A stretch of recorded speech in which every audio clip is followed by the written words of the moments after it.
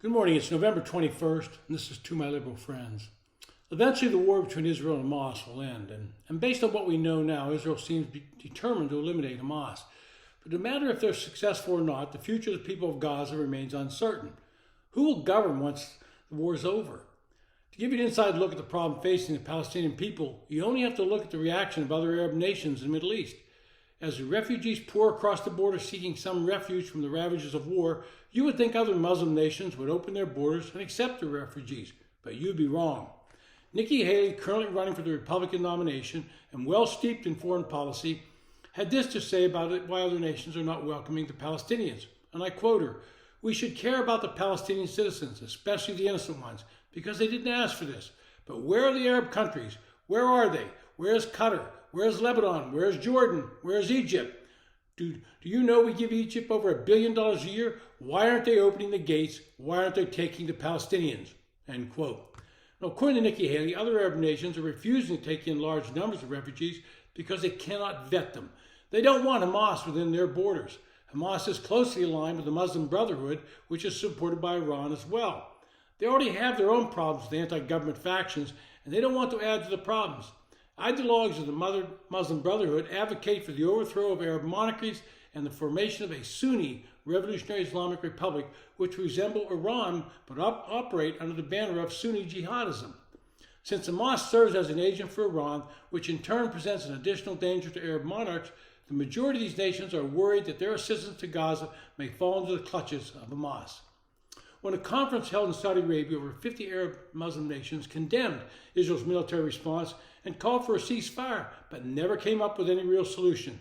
They're willing to offer humanitarian and financial aid to Palestinians, but not a single one of them meeting in the conference opted to step up and accept Palestinian refugees to come and live in their country. They make statements calling for a two-state solution, something that Israel has offered in the past, but no real concrete method in achieving that goal. The one thing you can be assured of is that Israel will not tolerate Hamas as a governing organization for Gaza. There are some Western nations that would be supportive of Hamas having a role in governing Gaza, but only if they would promote peace and stability and not continue to be a terrorist threat, and I highly doubt they would quit their terrorist activities. And listening to them, they've made it clear they intend to keep attacking Israel. With a growing movement among liberals in the United States, it may force Joe Biden to come off his support for Israel. Even with his own administration, political staffers and career bureaucrats at the State Department are starting to turn on Israel. They're demanding a ceasefire without requiring Hamas to stand down. That's entirely illogical for Israel to accept. They fully understand that any ceasefire would only benefit Hamas and allow them to regroup and possibly rearm. It would certainly allow Hamas to strengthen their position in their underground tunnel system. Yet millions of people around the world would have Israel withhold appropriate punishment on the barbarians who gave no quarter in their Jewish victims. We are told it's a war crime for Israel to engage in a full-scale attack on Gaza because innocent civilians are being killed as a result. The Palestinians who have supported Hamas for more than 15 years are now being raised as innocent victims themselves. Western intellectuals, read that liberals, are demanding a ceasefire by Israel to prevent further deaths. The double standard to which the Jewish state is being held is infuriating to me. Sometimes war can only be ended by use of what is called total war, the willingness to inflict an unacceptable level of loss on the enemy. That was the justification for the United States to drop not one but 2 atomic bombs on Japan in World War II, killing more than 100,000 innocent civilians. It was the same strategy, if not the same weapon, employed by firebombing of Tokyo and in Germany and Berlin and Dresden.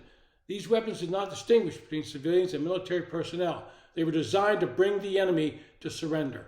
Despite the cynical assertion that Israel is engaged in genocide, the stated goal, by the way, of Hamas, Israel is doing the opposite. Let's face it, the Israeli military could have pulverized the entire Gaza settlement immediately after October 7, but it did not. That is partly because the hundreds of hostages believed to be held in the tunnel network under Gaza, but also because the Jewish people are not barbarians.